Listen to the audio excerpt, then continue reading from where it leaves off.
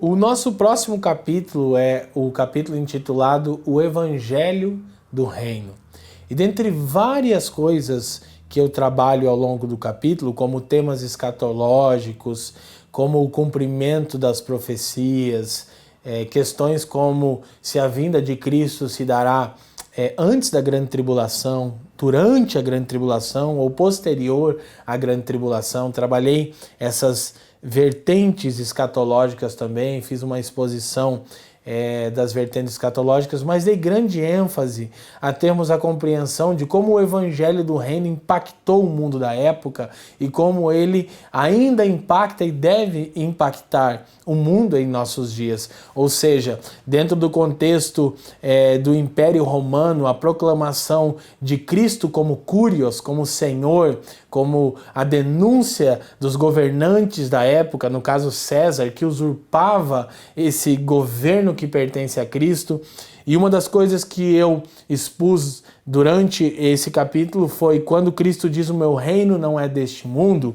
Normalmente é uma interpretação que nos leva a uma interpretação equivocada. Na realidade, ela nos leva a um platonismo, a um gnosticismo, a ideia de que o Evangelho do Reino é que nós vamos partir para morar no céu, num outro plano, e que toda a criação será abandonada, mas não é isso que as Escrituras dizem em textos como Romanos capítulo 8, quando Jesus disse: o meu reino não é deste mundo.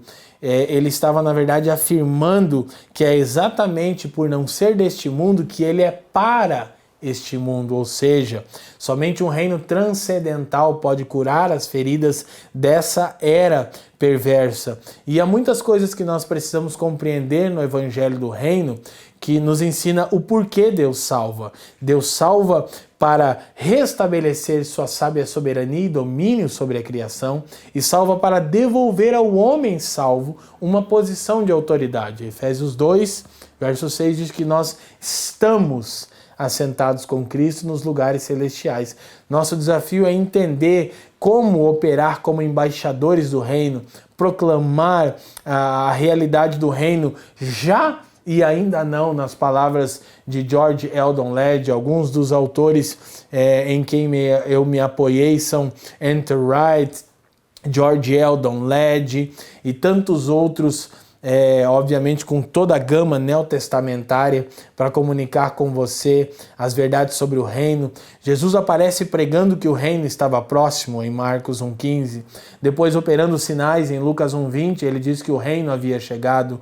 Mas na última ceia ele diz que o reino estava vindo. Ele diz: eu desejei esse tempo de mesa porque eu não mais beberei do fruto da vide até que venha o reino de Deus. E a pergunta que se levanta é: o reino está próximo? O reino é chegado? Ou o reino está vindo? E eu respondo isso à luz do Novo Testamento, repito, apoiado por muitos autores contemporâneos e da história da igreja. Mostro os problemas da teologia liberal, que é uma teologia que não crê no sobrenatural, uma teologia que se dobrou ao racionalismo iluminista.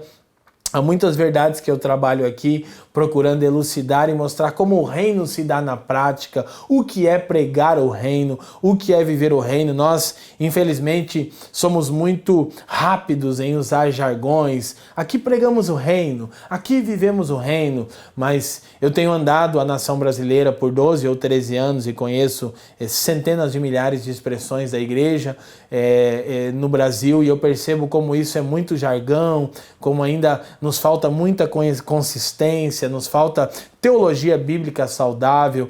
Eu trabalhei muito os cuidados do fatalismo, de vamos sair daqui e deixar essa terra para Satanás, e também os perigos recentes do triunfalismo,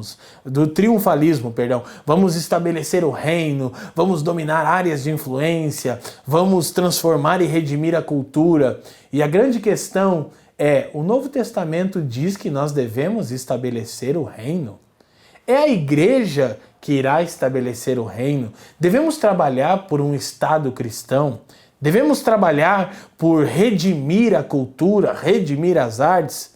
Ou devemos abandonar e deixar tudo isso porque nenhuma dessas coisas faz sentido aos cristãos? Nossa esperança está no céu. Eu quero te dizer, dentre várias coisas que eu trabalhei, eu vou dar um spoiler.